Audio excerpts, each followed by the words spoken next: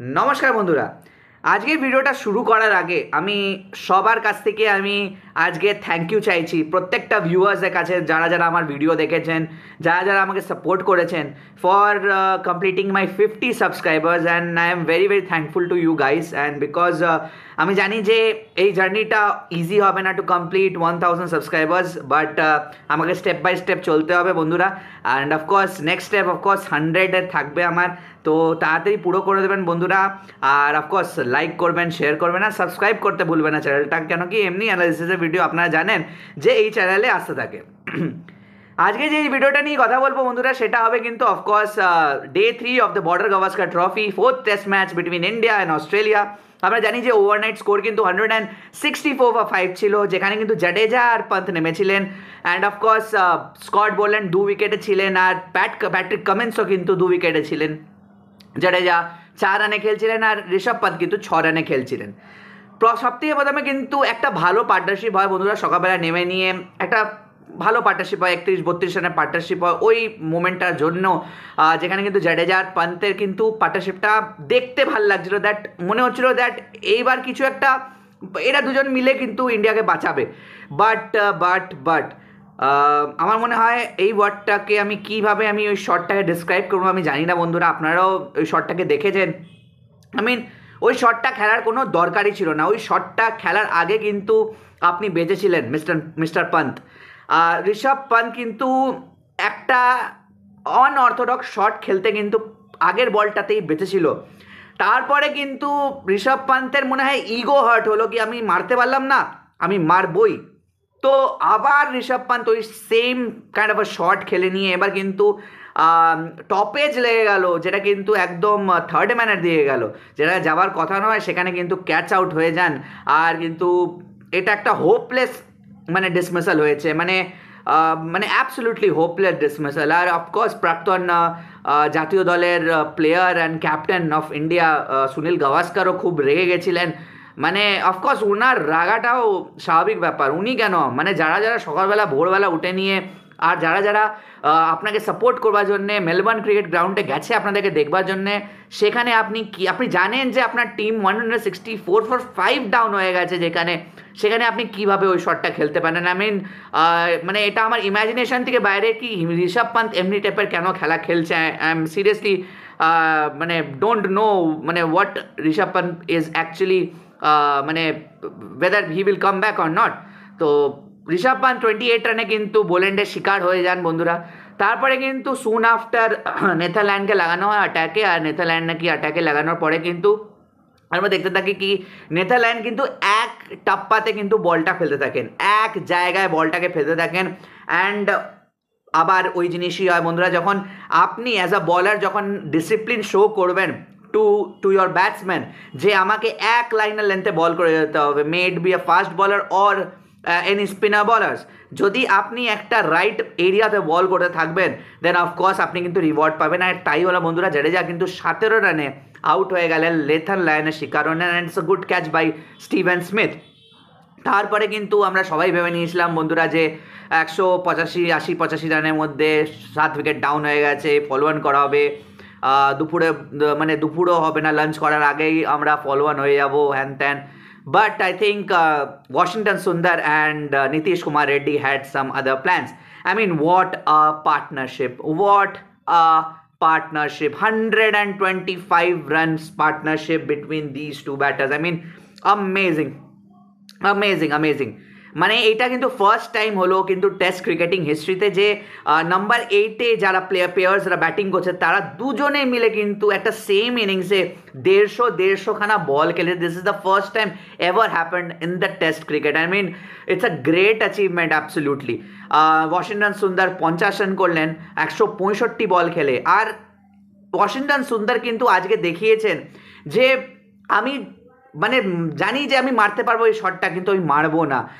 Determination, great discipline, এই ইনিংসটাকেই বলে, যে এই ইনিংসটা কিন্তু এই ওয়াশিংটন সুন্দর আজকে খেলেছেন। ওয়াশিংটন সুন্দরের সঙ্গে কিন্তু শুভমান গিলের ডিসকাশন হচ্ছিল কি হু should play in this fourth test match, and I think it's a right call who so ever took that call in the management, may it be Gambhir or Agarkar, জানি না, but যেই ডিসিশনটা নিয়েছে it actually clicked for India. And of course 114 বলে গিয়ে কিন্তু Washington সুন্দর কিন্তু নিজের ফার্স্ট বাউন্ডারি হিট করেন। অ্যান্ড আই মিন এটা কিন্তু বাজে ব্যাপার নয়, এটা কিন্তু খুবই ডিসিপ্লিনের ব্যাপার। আমরা জানি যে টেস্ট ক্রিকেট মারার গেম নয়, এটা কিন্তু নিজের ডিসিপ্লিন শো করে নিয়ে নিজের ব্যাটিংকে এনহ্যান্স করে খারাপ বল পেলে তবে মারার একটা একটা মানে একটা একটা ইয়ে হচ্ছে, একটা এরিয়া। বাট এবার কথা হচ্ছে বন্ধুরা যে এবার যদি শুভমান গিল যদি অফকোর্স ওয়াশিংটন সুন্দর জায়গায় খেলতো তো কি হতো, কিছুই হতে পারতো বন্ধুরা। এবার আমরা জানি যে এখান থেকে শুভমান গিলও ভালো খেলে নিতে পারতো বা এখান থেকে শুভমান গিল খারাপ খেলতে পারতো, but whatever decision team management has taken, and it's an absolutely great decision by the way. 50 of 165 বলস, বাট আলটিমেটলি আবার নেদারল্যান্ড আমরা জানতাম যে নেদারল্যান্ড কিন্তু কন্টিনিউয়াসলি ভালো বোলিং করে গেছেন, এক জায়গায় বল ফেলে গেছেন আর ওখান থেকেই কিন্তু বলটা বাউন্স করে নিয়ে আমরা দেখলাম স্পিন অ্যান্ড বাউন্স আর এজ লেগেনি, কিন্তু আবার স্টিভেন স্মিথের কিন্তু হাতে ক্যাচটা গেল। তারপরে কথা বলতে হয় বন্ধুরা আজকের দিনে শো স্টপার মানে hands down show stopper Nitish Kumar Reddy. আমি আগেও বলেছিলাম যে আগের ভিডিওতে বলেছিলাম যে এক্সেপ্ট 3 জনকে ছেড়ে এই টোরে আর কেউ ভালো খেলছে না ইন্ডিয়ার তরফ থেকে, at least KL Rahul, Nitish Kumar Reddy and Jasprit Bumrah. Nitish Kumar Reddy, I mean what a find. এই সিরিজে ঋষভ পান্ত খেলতে পারছেন না তো নীতিশ কুমার রেড্ডি দাঁড়িয়ে গেছেন। So it's a great innings by the way, 105 runs, I mean it's an amazing innings। আপাতত উনি নট আউট রয়েছেন, ওভারনাইট স্কোর কিন্তু এগিয়ে চলেছে বন্ধুরা 358 for 9 কিন্তু ওভারনাইট স্কোর। সিরাজ কিন্তু খেলছেন and of course supported really well, যখন 99 রানে খেলেন কিন্তু তখন কিন্তু বুমরা আউট হয়ে যান আর স্ট্রাইকে কিন্তু সিরাজ আসবে, তখনও কিন্তু সিরাজকে 4খানা বল খেলতে হয় অ্যান্ড অফকোর্স 3খানা বল খেলতে হয় আর উনি কিন্তু সাকসেসফুলি খেলে বার করেন। অ্যান্ড তখন কিন্তু প্রত্যেক ভারতীয়র একটাই মনে হচ্ছিল কি সিরাজ ভাই 3টে বল খেলে নে আর 3টে বল খেলে নে, and he played very well in these 3 balls, and currently Siraj is at 2 runs not out and Nitish Kumar Reddy 105 not out। Overnight score 358 for 9 আর trail by 116 runs। এখান থেকে কিন্তু বন্ধুরা অ্যাটলিস্ট ইন্ডিয়াকে আমি জানি যে এখান থেকে কিন্তু ইন্ডিয়া লিড নিতে পারবে না, মানে লেটস বি অপটিমিস্টিক হিয়ার। আর অফকোর্স নিতে পারবে না কেন, মানে এটা কিন্তু একটা প্র্যাকটিক্যাল কথা যে এখান থেকে 116 রান করা মানে এখান থেকে কিন্তু প্রত্যেকটা বল নীতিশ কুমার রেড্ডির খেলা আর 200 রান করা নীতিশ কুমার রেড্ডি। উনি কি পারেন না? একদম অবশ্যই পারেন, কিন্তু আমার মনে হয় না একটা উইকেটের মধ্যে কমপ্লিট করে নিয়ে 116 রানস কভার হয়ে যাবে, but at least if not 116 at least এই যে লিডটা অস্ট্রেলিয়া পাবে সেটা যদি 100-এর নিচে নামানো যায়, অ্যাটলিস্ট 16 to 20 রানস যদি কমানো যায়, 30টা মতন রান যদি কমানো যায় তাহলে কিন্তু এটা খুবই ভালো বুস্ট আপ হবে ফর ইন্ডিয়া। কেন কি you never know in the fourth day কী দিতে চলেছে পিচ, আর এখান থেকে কিন্তু ইন্ডিয়ান প্লেয়ার্সরা ইন্ডিয়ান বলার্সরা কিন্তু বুস্ট আপ পাবে। আমরা কিন্তু আগের টেস্ট ম্যাচে কিন্তু গাবাতে দেখেছিলাম অস্ট্রেলিয়া কিন্তু কোল্যাপস করে গেছিলো, 95 for 7 ডিক্লেয়ার দিয়েছিল কিন্তু Australia. So there might be a chance that this time also this things can happen, and of course Konstas ওপেনিংয়ে উনি মারবেনই অ্যান্ড দেখা যাক এবার উনি কী খেলেন, কেন কি অনেক কিছু হয়ে গেছে এই টেস্ট ম্যাচটাতে। তো দেখা যাক বন্ধুরা কি হয়। ওভারনাইট স্কোর কিন্তু India 358 for 9, 116 runs behind. Nitish Kumar Reddy and Mohammed Siraj is on the pitch. আগের দিনে কিন্তু স্ট্যান্ড আউট বোলার কিন্তু অফকোর্স প্যাট কামিন্স 1 উইকেট নিয়েছেন, 3 উইকেট প্যাট কামিন্সের রয়েছে, 3 উইকেট স্কট বোল্যান্ডের, একটা run out and 2 wicket of course Nathan lion. এই ম্যাচে কিন্তু এখন আপাতত মিচেল স্টার্ক একটা উইকেট নেননি অ্যান্ড এটা কিন্তু আমাদের জন্য পার্সোনালি ভালো।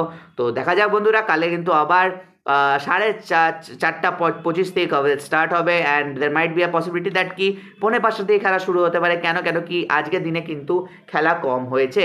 আর দেখা যাক বন্ধুরা কি হয়। আপনাদের কি মনে হচ্ছে বন্ধুরা, ইন্ডিয়া কত রান করবে আর কতটা লিড অস্ট্রেলিয়াকে দেবে, আর ইন্ডিয়া কি টেস্ট ম্যাচ জিতবে, এই সবগুলো মিলে কমেন্ট সেকশন অবশ্যই জানাবেন বন্ধুরা।